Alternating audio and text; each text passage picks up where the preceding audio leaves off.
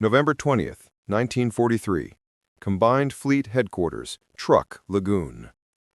Admiral Mineichi Koga stood before the intelligence map showing American naval dispositions across the Pacific, his hands clasped behind his back to hide their trembling. The latest reconnaissance reports lay on the table before him, reports he had read 3 times, each time hoping he had misunderstood the numbers. "Confirm these figures," he said quietly to his intelligence officer, Commander Takeshi Naito. Naito's voice was steady, but his face was pale. "Confirmed, Admiral. American reconnaissance from our agents in Pearl Harbor and photo intelligence from long-range aircraft. The Americans have completed and commissioned 7 large fleet carriers in 1943 alone. USS Essex, USS Yorktown, USS Intrepid, USS Hornet, USS Lexington, USS Bunker Hill, and USS Wasp, each displacing approximately 27,000 tons, each carrying 90 to 100 aircraft, all identical in design, built simultaneously at different shipyards." Koga turned from the map. 7 carriers, in 1 year, built to the same design.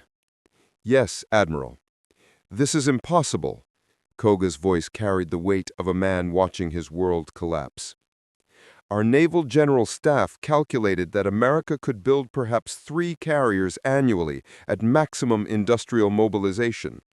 Building 7 identical carriers simultaneously contradicts everything we know about shipbuilding capacity, resource allocation, and construction timelines.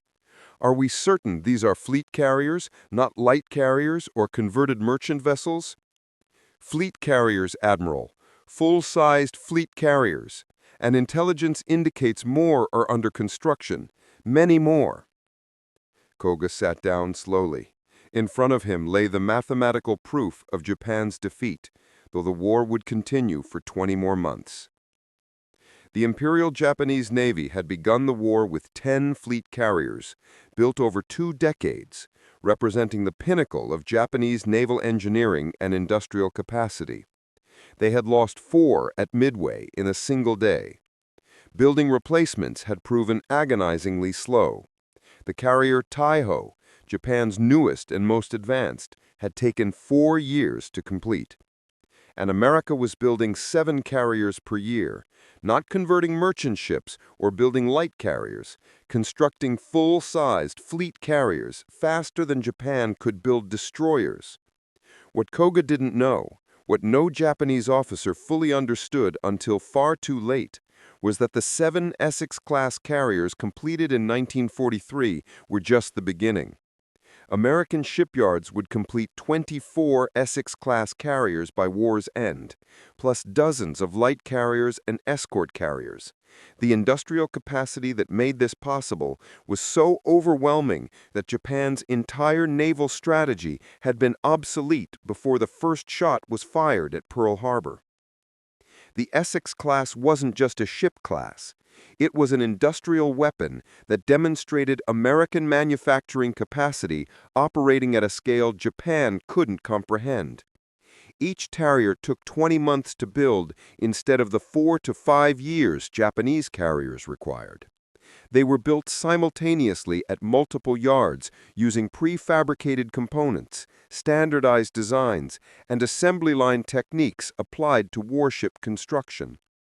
In the next 18 months, those impossible carriers would systematically destroy Japanese naval aviation, sink what remained of the Japanese fleet, and bring American air power within striking distance of the Japanese home islands.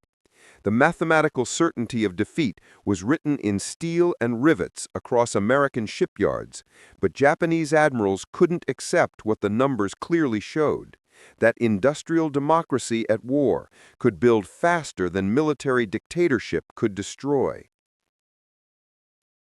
The doctrine of quality over quantity.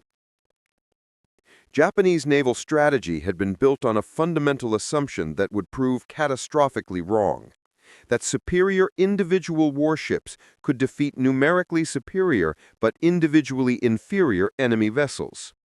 This doctrine of quality over quantity shaped every aspect of Japanese naval planning and would blind them to the true nature of American industrial power. The assumption wasn't baseless. Japan's pre-war carriers were magnificent ships, products of decades of naval evolution and engineering excellence. The Akagi and Kaga, converted from battleship and battlecruiser hulls, displaced over 40,000 tons and carried 90 aircraft. The Shokaku and Zuikaku, purpose-built fleet carriers completed in 1941, represented the pinnacle of Japanese carrier design with their 32,000-ton displacement, 84 aircraft capacity, and excellent damage control systems. Most critically, Japanese carriers operated with air groups that were the best in the world in 1941. Japanese naval aviators underwent training so rigorous that only the most exceptional survived.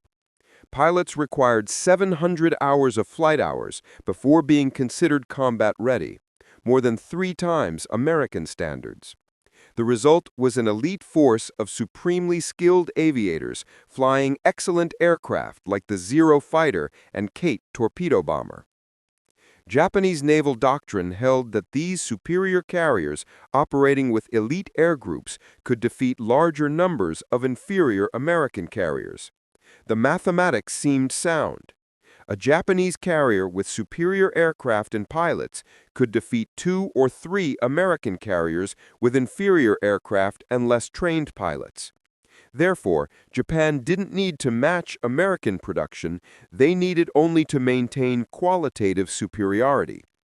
This doctrine was tested at Pearl Harbor and appeared validated. Japanese carriers struck with devastating precision, destroying much of the U.S. Pacific Fleet while suffering minimal losses. Subsequent operations in the Philippines, Dutch Indies, and Indian Ocean reinforced Japanese confidence. Their carriers seemed unstoppable. But the doctrine contained a fatal flaw. It assumed American forces would remain static, that American carriers would continue to be individually inferior, that American pilots would remain less trained, that American industrial capacity couldn't produce carriers in quantities that would overwhelm Japanese qualitative advantages. Every assumption was wrong. The Essex-class carrier program, authorized in 1940 and accelerated after Pearl Harbor, represented American industrial philosophy applied to naval warfare. Standardized design, simultaneous construction, prefabricated components, and assembly line techniques adapted from automotive manufacturing. The specifications were ambitious but deliberately practical. Displacement 27,000 tons. Length 872 feet. Speed 33 knots. Aircraft capacity 90 to 100 aircraft. Armament anti-aircraft guns in massive quantities.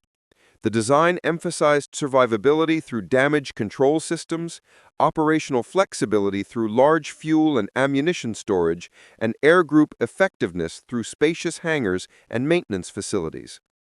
Most critically, the design was optimized for rapid, efficient construction. Unlike Japanese carriers, which were essentially custom-built ships with unique characteristics, the Essex-class was designed for assembly line production.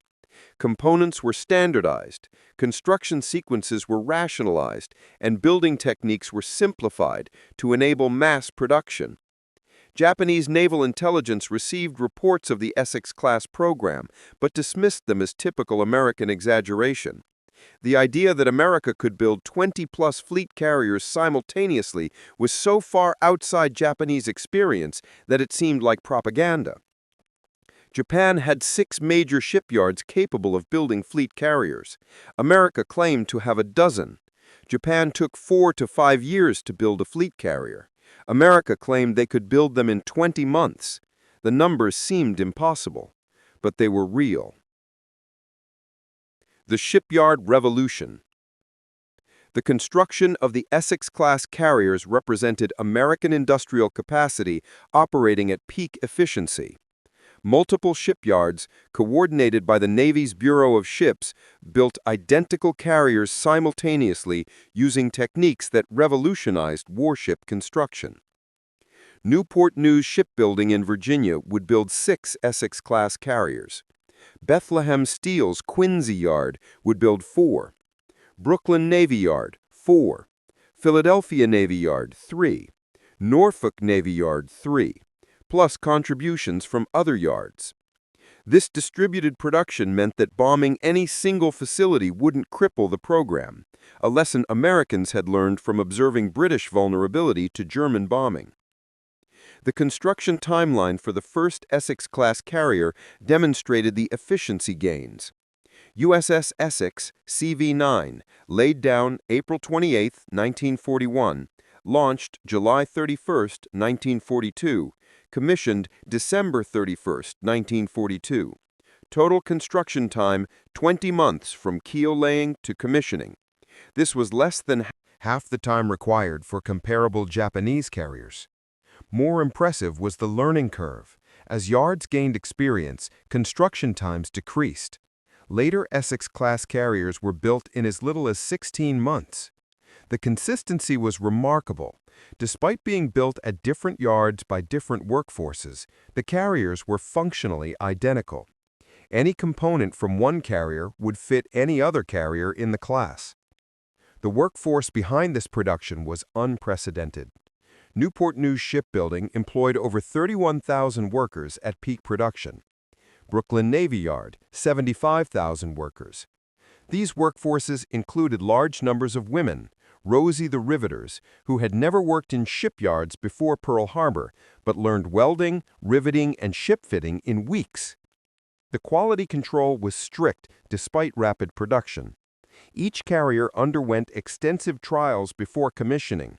Systems were tested, aircraft operations practiced, and any deficiencies corrected. The Navy refused to accept ships that didn't meet specifications, regardless of construction speed. The cost per carrier decreased as production ramped up. Early Essex-class carriers cost approximately $68 million, 1940s dollars. Later hulls, benefiting from production efficiencies and bulk material purchasing, cost closer to $58 million. This cost reduction, while building more complex, more capable ships, demonstrated industrial maturity that Japanese shipbuilding never achieved. Japanese carriers, built 1 or 2 at a time in shipyards operating independently, showed opposite trends. Construction times increased as the war progressed due to resource shortages, labor quality decline, and Allied bombing. Costs increased dramatically as materials became scarce and production inefficiencies multiplied. By 1944, Japan effectively couldn't build new fleet carriers at all. The industrial capacity, materials, and time simply didn't exist. The Battle of the Philippine Sea. The carriers proved themselves. June 19, 1944. The Battle of the Philippine Sea, called the Great Marianas Turkey Shoot by American pilots, provided the Essex-class carriers' combat debut en masse and demonstrated both their capabilities and the system they enabled. Vice Admiral Jisaburo Ozawa's mobile fleet approached the Marianas with Japan's remaining carrier strength, 9 carriers embarking 473 aircraft. This represented Japan's maximum possible carrier aviation force in mid-1944, everything they could scrape together after 2 years of attrition. Opposing them, Task Force 58, commanded by Vice Admiral Mark Mitscher, with 15 carriers, 7 Essex-class fleet carriers, 8 light carriers, embarking 956 aircraft. The numerical disparity was overwhelming, over 2 to 1 in carriers, exactly 2 to 1 in aircraft. But numbers alone didn't tell the full story. The Essex-class carriers enabled American naval aviation dominance through their design characteristics. Aircraft capacity. Each Essex-class carrier operated 36 F-6F Hellcat fighters, 36 SB-2C Helldiver dive bombers, and 18 TBF Avenger torpedo bombers, totaling 90 aircraft. This was comparable to Japanese fleet carrier capacity, but American carriers could operate these air groups more efficiently through better hangar arrangements, more effective elevators, and superior maintenance facilities. Damage control. Essex-class carriers featured damage control systems designed from analysis of British carrier combat experience. Extensive compartmentalization, multiple redundant systems, effective firefighting equipment, and well-trained damage control parties made Essex-class carriers extraordinarily survivable. Operational endurance. Large fuel bunkers, 6,330 tons of fuel oil, and substantial ammunition magazines allowed Essex-class carriers to operate for extended periods without replenishment. Japanese carriers, with smaller fuel capacity, required more frequent refueling that limited operational flexibility. Anti-aircraft armament. Essex-class carriers bristled with 40mm and 20mm anti-aircraft guns, over 80 guns per carrier by mid-1944. This defensive armament, combined with radar-directed fire control, made attacking an Essex-class carrier extremely hazardous for Japanese aircraft. The battle demonstrated these advantages decisively. American radar detected Japanese aircraft at long range, allowing fighters to intercept Japanese strikes while still forming up. The F-6F Hellcats, superior to the Zero fighters Japan still primarily operated, shot down Japanese aircraft in massive numbers. Of 373 Japanese aircraft launched in 4 waves, 315 were shot down. American losses? 29 aircraft. The 11-to-1 kill ratio reflected not just pilot skill or aircraft quality, but systemic advantages. American carriers could operate larger air groups, launch strikes more quickly, recover aircraft more efficiently, and maintain aircraft in better condition than Japanese carriers. More critically for the strategic situation, Japan lost not just aircraft, but pilots. The 243 aircrew killed on June 19th represented irreplaceable expertise. Japan's training system, crippled by fuel shortages and lack of experienced instructors, couldn't replace these losses. America's training system was producing 30,000 pilots annually, more than Japan trained in the entire war. The Essex-class carriers that participated, USS Lexington, USS Enterprise, USS Yorktown, USS Hornet, USS Wasp, USS Bunker Hill, USS Essex, all returned to service after the battle. None suffered significant damage despite Japanese attacks. The survivability designed into their construction had proven effective. For Japanese naval aviation, the Battle of the Philippine Sea was catastrophic. The first mobile fleet effectively ceased to exist as a fighting force. Japan would never again mount a major carrier operation. The 9 Japanese carriers that entered battle would never again operate with effective air groups. But for American planners, the battle was validation. The Essex-class carriers worked as designed. They could be built in quantity, operated effectively, and survived combat. More were completing every month. America had no answer to industrial production that could replace losses faster than combat created them. The production continues.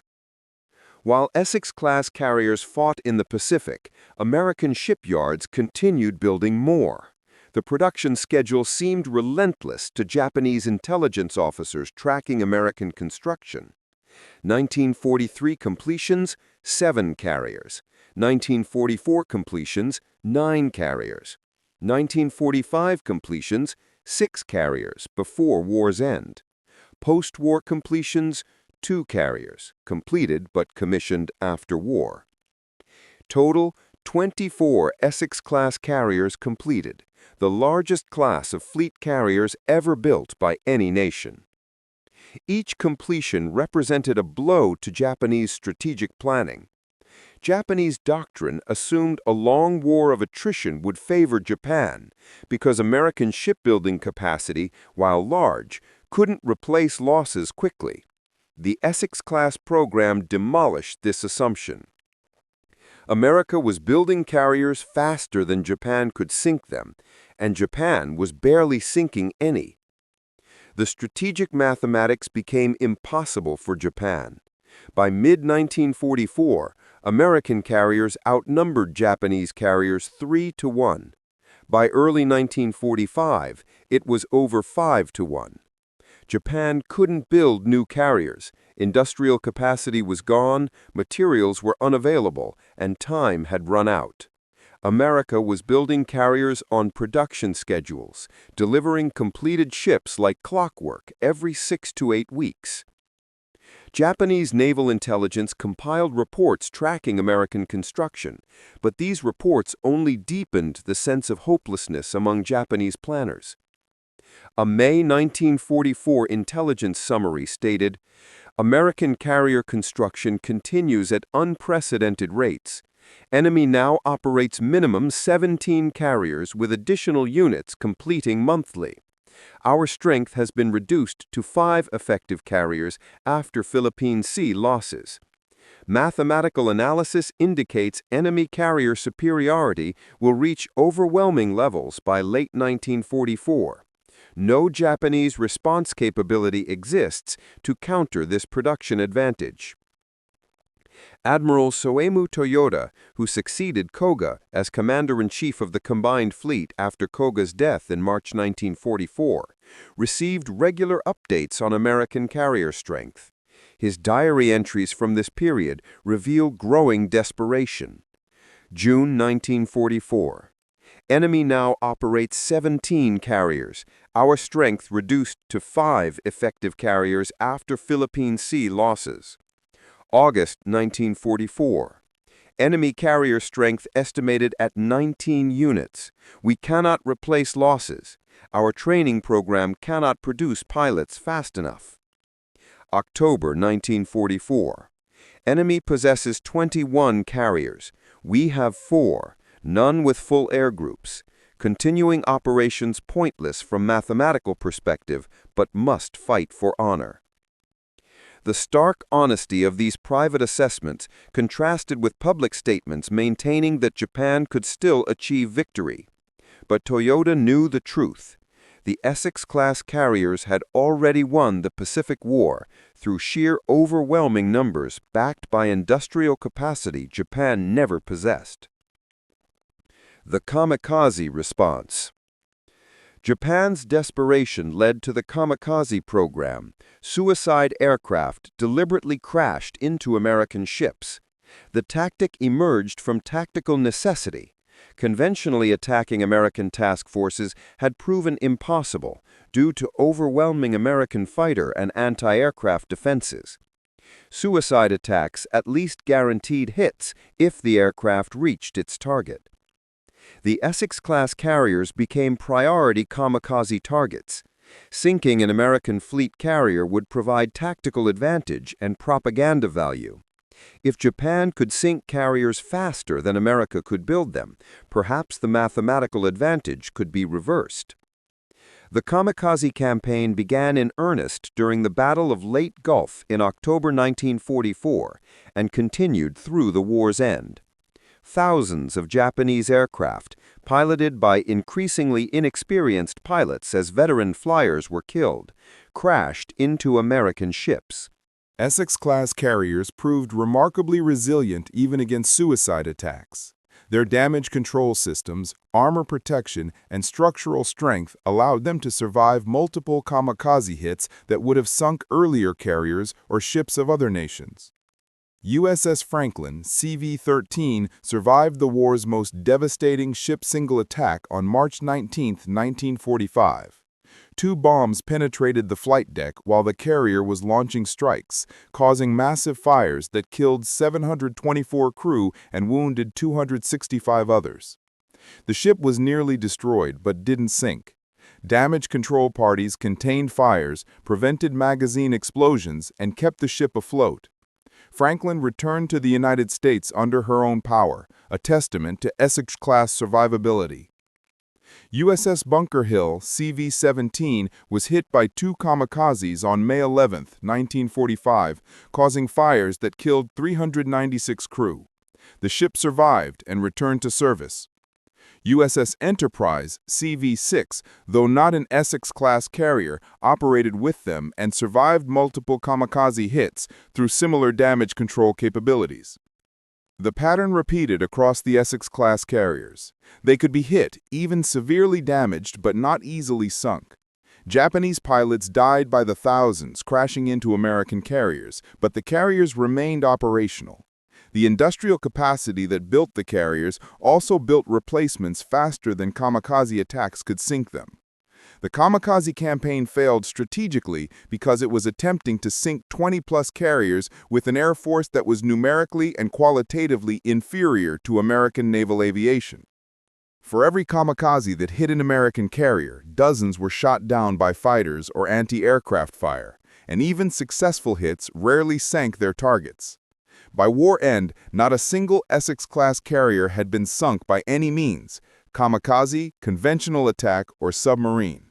They had been designed to survive, and they did, validating every design decision made years earlier by naval architects who understood that survivability multiplied industrial investment. The strategic impact. The Essex-class carriers enabled American strategy in ways that single-ship statistics couldn't capture. Their numbers allowed the U.S. Navy to maintain continuous pressure on Japanese positions across the entire Pacific simultaneously, something impossible with smaller carrier forces. Task Force 38/58, designation changed depending on fleet assignment, operated as the main American carrier striking force from mid-1944 onward. This force typically included 12 to 16 fleet carriers organized into 4 carrier task groups of 3 to 4 carriers each. The task groups could operate independently or concentrate for major operations, providing tactical flexibility Japan couldn't match. This flexibility enabled the island-hopping campaign. American carriers provided air cover for amphibious landings, struck Japanese air bases to prevent interference, and hunted remaining Japanese naval forces. The carriers were everywhere simultaneously, supporting landings at Iwo Jima while striking targets in the Philippines, while conducting sweeps against Japanese shipping, while hitting airfields in Formosa. Japanese defenders at any location faced carrier aircraft within days or weeks. There was no respite, no safe zone, no period of recovery. American carriers were always present, always striking, always preventing Japanese reinforcement or resupply. The psychological impact on Japanese forces was devastating. They knew American carriers were nearby, but couldn't locate them, couldn't strike them effectively, and couldn't escape their aircraft. The sense of helplessness, being constantly under threat from an enemy you couldn't engage, eroded Japanese morale as effectively as combat losses. By early 1945, Japanese strategy had devolved to pure desperation. Unable to challenge American naval supremacy, Japan hoped to inflict enough casualties that America would negotiate rather than invade. The kamikaze program, suicide charges, and fanatical defensive stands all aimed at making invasion so costly that America would accept less than unconditional surrender. But the Essex-class carriers made invasion unnecessary for final victory. From positions off the Japanese coast, American carriers launched strikes against Japanese homeland targets, systematically destroying what remained of Japanese industry, infrastructure, and military capability. The carriers that were impossible, according to pre-war Japanese calculations, were now operating freely in Japanese home waters, bombing Japanese cities, and demonstrating total American naval supremacy. The numbers tell the story. The complete production statistics of Essex-class carriers versus Japanese carrier construction tell the story of industrial warfare in stark mathematical terms. Essex-class production, 1943 to 1945. 24 carriers completed. Average construction time was 20 months. Average cost was $62 million per carrier. Total program cost was approximately $1.5 billion. All carriers survived the war. None were sunk. Japanese fleet carrier construction, 1941 to 1945. 7 carriers completed, including conversions. Average construction time, 36 to 48 months. Construction times increased as war progressed. 4 of 7 completed carriers sunk before war's end. No carriers completed after mid-1944. The disparity was overwhelming. America built more than 3 fleet carriers for every Japanese carrier, built them in half the time, and didn't lose a single one, while Japan lost more than half of theirs. But raw numbers understated the true disparity. The Essex-class carriers operated with large, well-trained air groups flying modern aircraft. Japanese carriers by 1944-1945 often operated with partial air groups flying obsolescent aircraft flown by inadequately trained pilots. An American carrier with 90 modern aircraft and well-trained pilots was worth 3 or 4 Japanese carriers with partial air groups of inferior quality. When quality and quantity were combined, American carrier superiority wasn't 3 to 1, it was closer to 10 to 1 or higher. Japan was fighting a carrier war it had lost before the first shot was fired, because American industrial capacity was so overwhelming that Japanese military excellence couldn't overcome it. The human dimension. Behind the statistics were the 2,600 crew members aboard each Essex-class carrier, over 62,000 sailors serving aboard the 24 completed ships. These men operated the most complex weapon systems of World War II, maintaining combat effectiveness through years of sustained operations. The crew accounts revealed the carrier's day-to-day realities. Flight deck crews worked in constant danger, where mistakes or bad luck could kill instantly. Engineering crews maintained massive steam turbines generating 150,000 shaft horsepower in cramped hot spaces below the waterline. Damage control parties trained endlessly for catastrophes that might never come, but would be fatal if they weren't prepared. Seaman First Class James Fahey, serving aboard USS Montpelier, a cruiser escorting carriers, kept a diary of his Pacific service.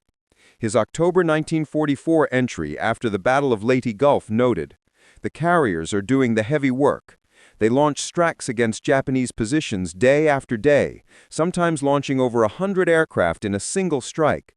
The crews work around the clock, landing aircraft, refueling, rearming, launching again. I don't know how they sustain that pace, but they do. The carriers are the heart of the fleet now." Lieutenant Commander Joseph Bryan III, serving aboard USS Yorktown CV-10, described the intensity. "Flight operations never stop. We launch strikes, recover aircraft, service planes, launch again. The flight deck crew can turn around a 90-plane strike in under 2 hours, landing all aircraft, refueling and rearming them, and launching again. German and Japanese observers would consider this impossible, but we do it daily. That's the Essex-class advantage. We can sustain operations that would exhaust enemy carriers." The casualties were real despite the ship's survivability. When USS Franklin was hit in March 1945, the 724 dead represented the war's worst single-ship loss for the Navy. The Essex-class could survive catastrophic damage, but the men inside still died when explosions and fires swept through compartments. Yet morale remained high. Crew members understood they served aboard the best carriers in the world, part of the most powerful Navy in history. They had witnessed American industrial might firsthand, seeing new carriers join the fleet monthly, while Japanese strength declined. They knew they would win because the math was undeniable. The Japanese recognition. By late 1944, even the most fanatical Japanese officers recognized the hopelessness of the naval situation. Private diaries, staff reports, and intelligence assessments all acknowledged that American carrier strength had reached levels Japan couldn't contest. Admiral Takajiro Onishi, who commanded 1st Air Fleet and founded the Kamikaze program, wrote candidly in his diary in October 1944, "The American carrier force now numbers over 20 ships. Each carrier operates air groups larger and better equipped than ours. Our combined carrier force can barely assemble 300 aircraft total. The Americans can launch that many from 4 carriers. Mathematical victory is impossible. We continue fighting for honor and to inflict maximum casualties, but strategic victory is beyond reach." Captain Tamaichi Hara, one of Japan's most successful destroyer commanders, observed American task forces firsthand during late war operations. In his post-war memoir, you wrote, "The American carrier force was unlike anything in naval history. They operated as a mobile air force, launching hundreds of aircraft against targets across thousands of miles of ocean. Our intelligence had told us American carriers were vulnerable, poorly designed, operated by inexperienced crews. Every assumption was wrong. Their carriers were formidable, their crews expert, their numbers overwhelming. By 1945, seeing an American carrier task force meant death. You couldn't attack it successfully, couldn't escape its aircraft, couldn't do anything except die with honor." Japanese Naval Intelligence's final assessment, compiled in July 1945 before surrender, admitted complete defeat. American carrier strength now estimated at 24 Essex-class fleet carriers, plus numerous light and escort carriers, representing total air capacity exceeding 3,000 aircraft. Japanese carrier aviation has effectively ceased to exist. Our carriers cannot operate due to lack of aircraft, pilots, and fuel. American carriers operate freely in our home waters, launching strikes against our cities with impunity. No defensive measure can counter this overwhelming superiority. The carrier war is lost completely. The post-war legacy. When Japan surrendered in September 1945, the Essex-class carriers represented the peak of piston-engine carrier aviation. They had proven their design, validated their construction methods, and demonstrated that mass production could create military capability that quality alone couldn't overcome. Of the 24 Essex-class carriers completed, most remained in service after the war. Several were modernized in the 1950s with angled flight decks, steam catapults, and improved electronics to operate jet aircraft. These modernized carriers served through the Cold War, with the last Essex-class carrier, USS Lexington, not decommissioned until 1991, 46 years after the class's war debut. The longevity of the design validated the engineering excellence behind mass production. These carriers weren't cheaply built disposable warships. They were quality vessels that lasted decades because good design had been mass-produced rather than handcrafted. The Essex class influenced every subsequent American carrier design. The lessons learned, importance of damage control, value of large air groups, necessity of operational flexibility, shaped the Midway class, Forrestal class, and eventually the modern Nimitz-class supercarriers. Other nations studied the Essex class as the template for modern carrier design. Britain, France, and other naval powers designing post-war carriers referenced Essex-class characteristics as benchmarks. The basic concepts, angled deck, steam catapults, large air groups, and extensive damage control, became universal carrier design principles. The strategic lesson.